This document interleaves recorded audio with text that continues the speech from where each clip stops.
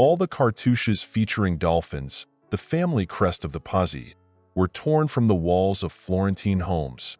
Streets, alleys, and any names that even vaguely reminded people of this noble family were hastily renamed.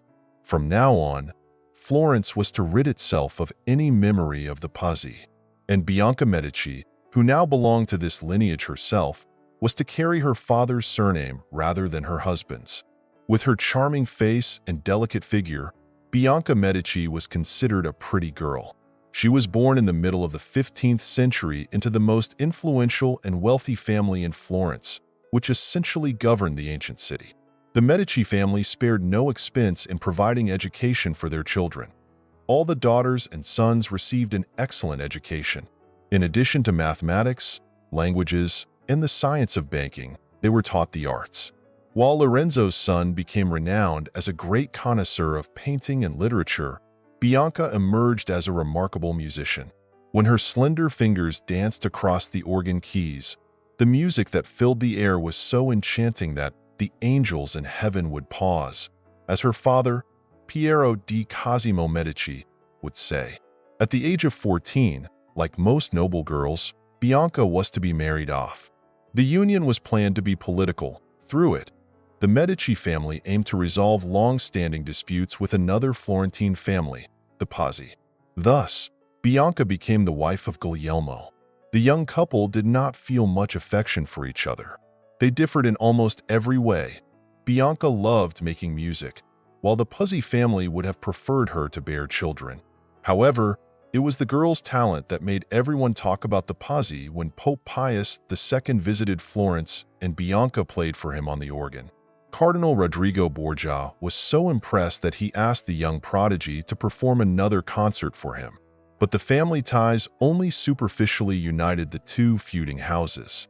In reality, their mutual disdain for each other remained unchanged. The Pazzi family was irritated by the influence the Medici were gaining, their success in business, and their immense wealth.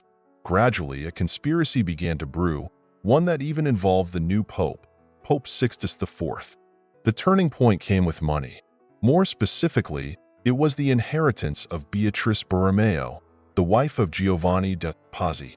After Beatrice's father passed away, at the instigation of Lorenzo Medici, a law was enacted that stripped women of the right to inherit their parents' property. As a result, the vast fortune of the Borromeos was lost to the Pazzi. Bianca, as a member of the Medici family, was kept out of the conspiracy. In the Florence cathedral, all the noble families gathered for Mass. The attack on the Medici family took place right in the church. First, Bianca's brother, Giuliano, was mortally wounded, and then her other brother, Lorenzo, was lightly injured. Chaos erupted. People shouted and screamed, jumping from their seats. The Pazzi attempted to incite the Florentine populace against the Medici with their slogans, but the opposite occurred. The conspirators were captured and subsequently executed. The sentence for the Pazzi family was harsh. Their property was confiscated, their names erased from all Florentine records, and everything associated with them was consigned to oblivion.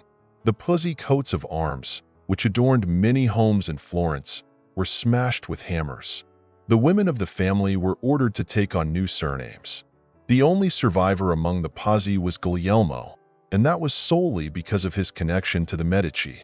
However, Bianca was henceforth forbidden to use the name Pazzi. Their 16 children were also condemned to forget their own name forever.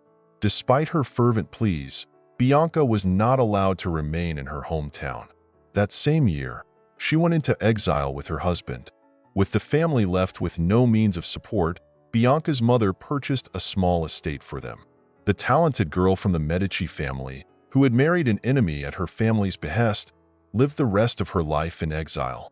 She passed away, while Guglielmo lived a long and tumultuous life, serving as an envoy for the French king and eventually returning to Florence.